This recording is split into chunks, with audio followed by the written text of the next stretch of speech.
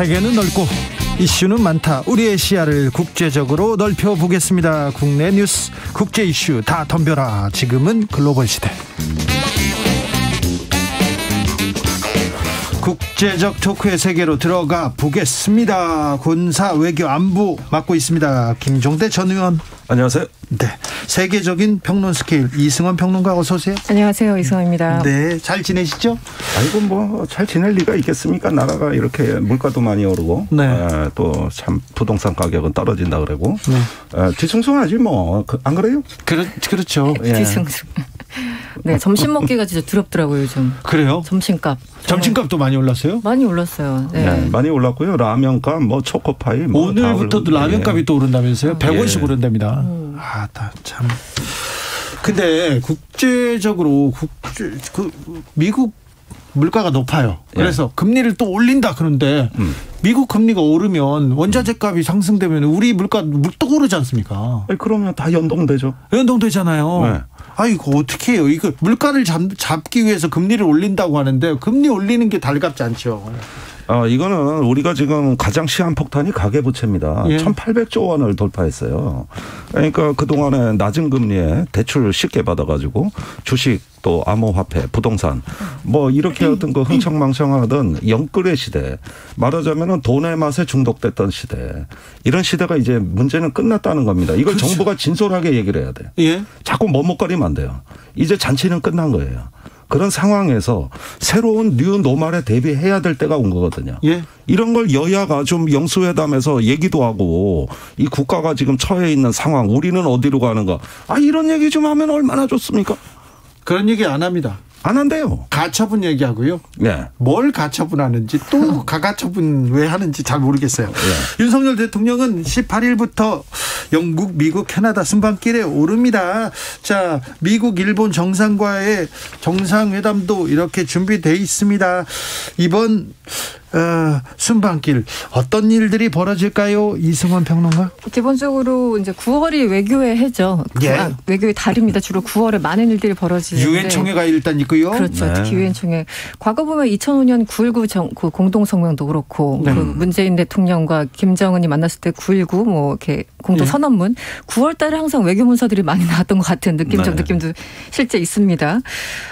원래 이제 바쁜 시기이기도 한데 원래 윤 대통령이 실리콘밸리 등등을 이제 갔다가 이제 뭐 뉴욕 갔다가 캐나다 갔다가 이런 순방 일정이었는데 당초에는 근데 이제 엘리자베스 2세가 이제 그 사망한 그 장례식을 그 위해서 영국에 가기로 한 거죠. 그래서 일정을 애초에 밝힌 거와는 조금 이제 변경된 그런 5박 7일간의 순방을 남기고 있고요. 예. 일단 김성환 안보실장이 밝힌 건 그렇습니다. 이 가치를 공유하는 국가들과의 연대 강화, 경제 외교 기반 확대가 이번 순방의 목적이다. 일단 용산에서 밝힌 내용은 그렇고요. 유엔에서 주제가 되는 것은 지금은 사실 아까 의원님 말씀하신 것처럼 어수선하잖아요. 예. 어수선이 우리나라만 어수선한 게 아니라 전 세계적으로 어수선하고 지금 우크라이나 전쟁이 어떻게 돼가고 있는지 계속 밀렸다 여러 가지 얘기가 나오고 있고 끝날 줄도 모르고 그리고 지금 뭐 공급망부터 해가지고 미국이 하는 여러 가지 정책들은 과거와는 완전히 방향을 트는 그런 전례 없고 유례 없는 상황이기 때문에 이번 유엔의 목표도 그 논의도 국제사회가 전례 없는 전환점에 놓여 있다고 보고 여기에 대해서 이제 복합적인 도전에 대해서 국가 정상들이 얘기를 할 수 있을 것이다. 이런 게 지금 기본적인 설명입니다. 그래서 이번에 사실은 영국도 그렇고 미국도 그렇고 캐나다도 그렇고 대통령이 가서 할 일이 참으로 많은데 얼마나 성과가 있을지는 조금 더 봐야 되겠죠. 네. 네, 이제 계속 그 뭐 보편적 가치, 자유와 연대 정신을 얘기하는 것은 뭐 저는 그건 이해합니다. 좋은 말이고요. 네, 좋은 말이에요. 근데 한꺼풀만 벗겨보면 이게 뭐 자유와 가치의 연대가 있는 것처럼 얘기하지만은 막상 한꺼풀 벗겨보니까 다 국익 중심으로 움직이거든요. 오히려 각자 도생의 질서에 가까워요. 그러니까 이런 어떤 가치 연대라는 추상적 개념보다는 우리의 국익을 정교하게 조율하고 그것을 당당하게 주장할 수 있는 이번만큼은 국익 중심 외교가 돼야 되거든요. 그러니까 자꾸 이 정상들하고 사진같이 찍는다는 게 무슨 연대를 도모한다고 그러지만 얼굴 붉힐 땐 붉혀야 돼요. 네. 그래서 이번에 엘리자베스 여왕 장례식에서는 정상회담이 이루어질 것 같지는 않고 간단한 조문만 있을 것 같고 뒤이어서 뉴욕에서의 유엔 총회 기간에 이제 한미 한일 정상회담이 예상되고 그 다음으로 캐나다 총리하고도 정상회담이 예정돼 있습니다. 이게 저는 국익을 도모할 이제 결정적 시점이 왔다. 이제까지는 어떤 선언문 정치였다. 예. 그렇다면은 지금부터는 그 인플레 감축법이라든가 배터리, 바이오, 핵심 광물에 대해서는 우리 확고한 원칙을 좀 주장하셔야 되고 또 일정 정도 가시적 성과를 내와야 돼요. 만일 안 그러면 이거 외양간 잃고도 소위 잃고도 외양간 안 고치는 거거든요. 그래서 지금은 이게 벌써 때가 늦었는데 늦었지만은 만시지탄이라 하더라도 이제는 어떤 대한민국 국익을 명확히 정의하고 가야 됩니다. 목표가 분명해야 되는 거고요. 그리고 지금 성과를 못 내더라도 그 돌파구는 열고 와야 되는 거거든요. 그런 점에서 이번에는 국제적 가치보다는 국가의 가치, 국가가 기반해야 된다. 좀 이런 면에 주안점을 두셔야 되지 않을까 생각이 들어요. 일본 정상과는 2년 9개월입니까? 오랜만에 만납니다. 일본 정상과는 어떤 얘기할까요? 예, 아무래도 북핵 문제가 우선이 될 것 같습니다. 북한이 핵무력법을 지난 9월 8일 날 최고인민회의에서 통과시켰습니다. 그리고 이제는 선제적 핵사용을 천명하고 있을 때 이 북핵 대응에 대한 어떤 한미일 삼국 간에 또는 한일 간에도 뭔가 안보 협력에 관한 논의가 촉진될 가능성이 대단히 크고 예. 그런데 이런 안보 협력을 촉진하는 데 있어 걸림돌이 되는 건 여전히 과거사거든요. 그래서 강제징용 노동자에 대해서 어떻게 배상할 거냐 이런데 의미 있는 발언들이 나오고 있어요. 지금은 외교부 장관이나 대통령실 안보 1차장의 설명은 뭐냐면은 상당히 노력해서 일본에게 설명한 걸로 돼 있거든요. 그러니까 그 부분이 이 법원의 판결을 지금 늦춰놓으면서 그 쟁점이 된 현금화에 대해 가지고 어떤 솔루션을 내놓을까가 지금 초유의 관심 사항입니다. 그런데 이 부분이 아무래도 논의가 그래야 다음에 단계 높은 수준의 협력을 도모할 수 있다. 이게 지금 대통령실 인식이니까 이 부분에 대해서도 이번에 좀 이야기가 나오지 않을까 예상됩니다. 미국 정상을 만나면 전기차, 반도체, 바이오 산업까지 계속해서 미국 내 생산 강화하겠다 이렇게 얘기하는데 조금 지난번에 한국에 왔을 때하고는 좀 다른 얘기를 하시는 것도 같아요. 그런데 우리 기업, 우리 국익을 위해서 이번에는 할 말을 좀 해야 되는 거 아닌가 이런 생각도 해봅니다. 요즘 우리 언론들도 소위 보수적인 경제지조차도 이제 현대차 예를 들면서 이제 배터리 문제가 네. 그 인플레이션 감축법으로 인해서 피해를 받게 되니까 뒤통수 맞았다 이런 표현들 많이 쓰는데 저는 그런 표현들이 과장은 아니라고 봅니다. 예? 지난 5월에 바이든 대통령이 방한했을 때 한미 정상회담을 보면은 그때 공급망부터 해가지고 여러 가지를 협력하겠다. 그리고 경제안보 분야에 있어서 한미 어떤 그 동맹관계를 한층 더 고도화시키겠다 이런 얘기들이 있었지만 사실은 돌아가서 네. 바이든은 한국을 잊어버렸어요. 불과 얼마 안 됐어요. 몇 달 안 돼서 잊어버렸고 실제 현대차 같은 경우도 엄청나게 투자를 하겠다고 이미 발표한 상황인데 현대차에는 엄청나게 지금 피해를 줄 수 있는 법안들이 그냥 일사천리로 8월에 통과된 거 아니겠습니까? 예. 그래서 이제 반도체, 배터리 이번엔 이제 바이오 법안까지 한국을 생각했다면 이런 법안이 나올 수 있을까 싶을 정도로 행정명령이나 이런 것들. 그런데 과연 윤석열 대통령이 이번에 바이든 대통령을 만난다면 유엔에서 만나기로 일단 한 것 같은데 어느 정도까지 얘기를 할 수 있을지 모르겠어요. 우리가 지난 시간에 이미 이제 입법화된 거기 때문에 네. 이 나라는 시행령 국가가 아니기 때문에 그렇죠. 이것을 바꿀 수 없다고 얘기를 했잖아요. 네. 그런데 거기서 과연 어느 정도의 변화 그리고 국익을 위해서 우리가 얼마나 득할 수 있을지는 여전히 미지수인 것 같습니다. 네. 이 부분은 말입니다. 지난 5월 21일 날 윤석열 바이든 두 정상의 공동 성명에서 정확히 이렇게 나와 있습니다. 전기차, 배터리, 핵심 광물 등에 대해서 양국은 회복력 있는 공급망을 구축하기 위해서 장관급 산업 대화를 조기에 개최한다. 예. 이렇게 돼 있어요. 그런데 예. 7월에 반도체법, 8월에 인플레이션 감축법 열리도록 장관급 산업 대화는 단 한 차례도 열린 적이 없고 선언문에 불과했고 그냥 일이 터지고 나서야 산자부 장관이 지금 미국에 갔는데 그게 법안 통과되고 20일이 지났습니다. 그리고 지금 한 달이 다 돼가고 있어요. 의미 있는 장관급 대화를 뭘 나눴으며 또 이것이 상시적인 협의 채널이 돼가지고 긴밀하게 조율할 수 있는 시스템인가. 이 부분이 아직도 답이 안 나와 있는 상태에서 정상회담 선언문을 우리가 기억하고 있는 거예요. 그러면은 이 합의가 안 이루어진 것이거든요. 그렇다면 이번에 윤석열 대통령이 이건 한번 얼굴 붉혀야 되는 거예요. 그렇죠. 네. 그런 문제를 처리하자고 장관급 대화를 합의해 놓고 일방적으로 했고 사전에 한국의 여론 수렴을 안 한 거 아닙니까? 예. 그렇다면은 이건 정상성명의 취지에 반하는 것이고 미국의 일자리 약탈이다. 이렇게 되면. 네. 그런 부분을 다 상당한 우려를 표명해서 무언가 재검토하겠다는 답변 한마디 정도는 들어와야 되는 겁니다. 네. 리잔수 중국 견인대 상무위원장입니다. 굉장히 높은 사람이라는데 2박 3일 일정으로 한국 방문합니다. 내일 윤석열 대통령도 만난다는데요. 어떤 얘기 나옵니까? 네, 일단은 중국에서는 지금 탈중국을 선언했던 한국에 대해 가지고 굉장히 이제 설득하고 달래고 그러면서도 견인해 나가는 그 인내 전략은 계속되고 있습니다. 이번에는 여전히 이제 우리로서는 북한에게 대한 우려를 전달하지 않을 수가 없고요. 그다음에 공급망에 대해서도 지금 여러 가지 어떤 그 미국과의 관계도 있습니다만은 최대한 어떤 국익 증진 외교를 해야 됩니다. 그리고 한 가지 걱정되는 건 역시 사드 문제입니다. 이번에 중국 측에서는 반드시 이 문제를 거론할 걸로 예상되는데 저는 그 이유가 최근에 성주에 있는 사드가 굉장히 진화하고 있습니다. 지금? 예. 옛날 사드가 아니에요. 이건 전혀 다른 사드입니다. 그러니까 이 부분에 대해서 중국이 어떤 전략적인 판단을 갖고 있는가 아마 최대 관심사가 그걸 것 같거든요. 그래서 역시 사드 산불 이란에 대한 이야기가 재차 강조되지 않을까 싶습니다. 그래서 이런 부분은 만나기는 해도 상당히 우리로서는 관리하기 쉽지 않은 주제들이거든요. 그 기초가 지목된다고 할 수 있죠. 이번에 굉장히 좀 중요한 자리인 것 같아요. 일단 한국과 중국의 정상이 언제쯤 만날 것인가 매일 이제 언론에서 언제 만날까 언제 정상회담 성사될까 그러고 있는데 아직은 안 보이는 상황이고 잠깐 거슬러 올라가면 지난달 말이었죠.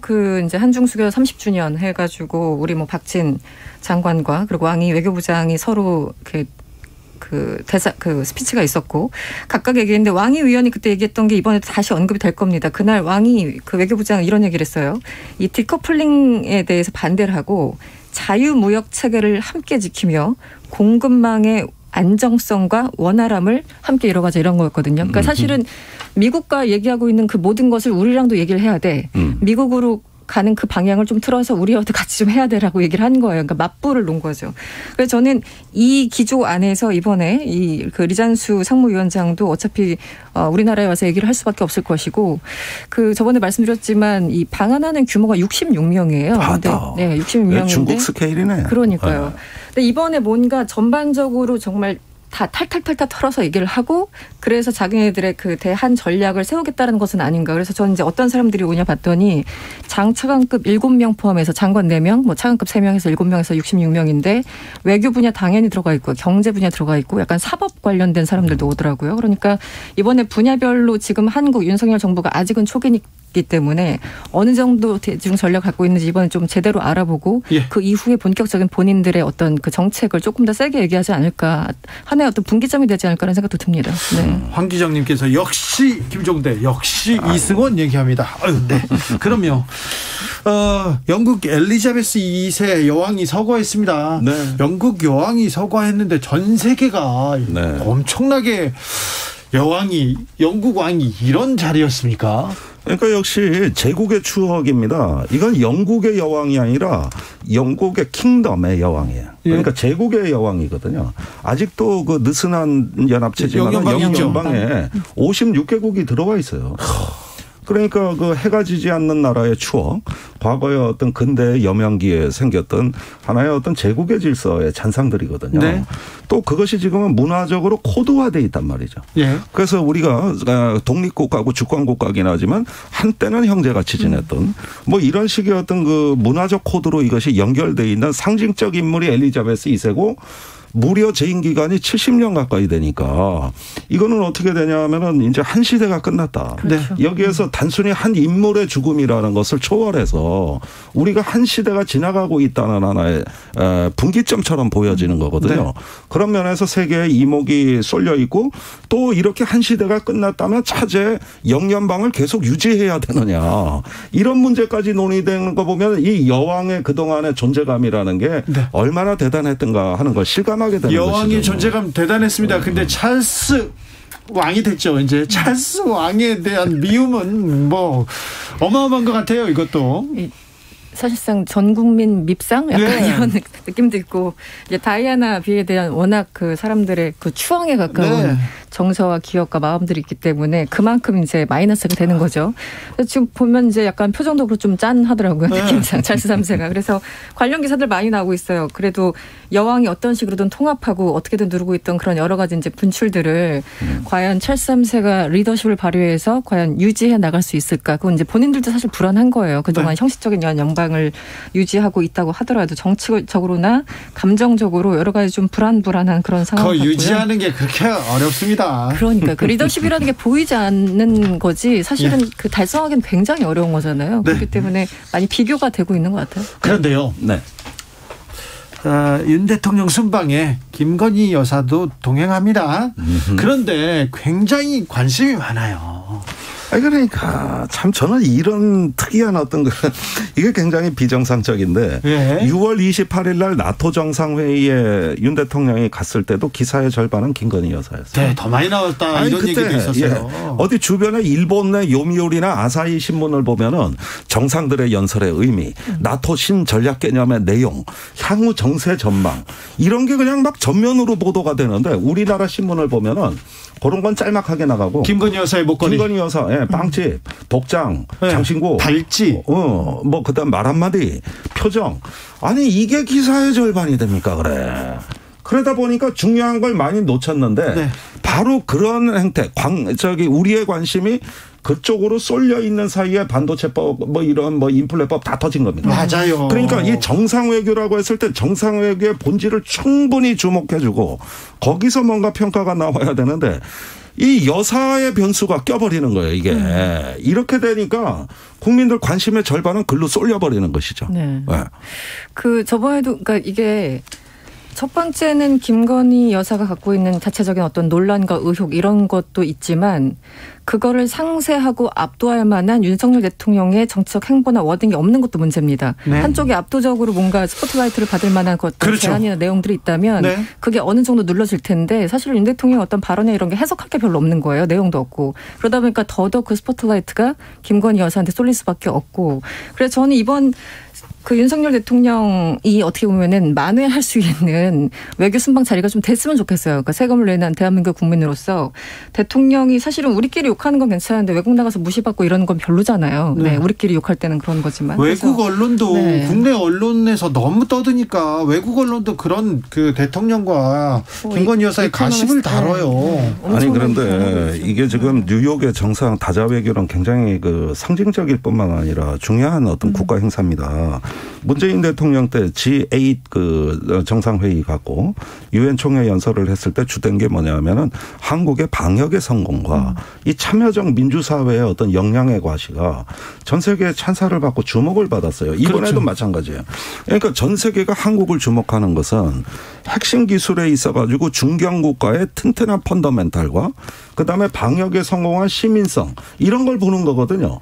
그러면 정치 지도자는 그 국가의 강점, 역량을 가지고 세계에 어떻게 기여하는지 구체적인 비전을 제시하는 거예요.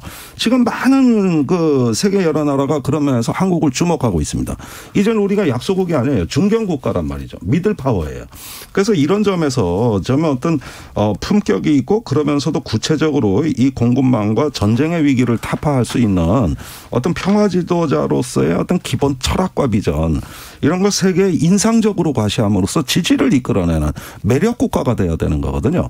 근데 이게 자칫하면은 저는 김건희 여사의 어떤 이미지 정치에 의해서 잠식되거나 반감될 가능성이 있는데 이걸 대통령실에서 굉장히 정교하게 관리해줘야 되는 거예요. 또 어디 빵집 이런 거 가는 게 아니고 뭔가 의미 있는 논리적인 그 설명이 가능한 행사와 퍼포먼스 이 부분에 있어가지고 좀 최고의 전문가를 동원하셔라.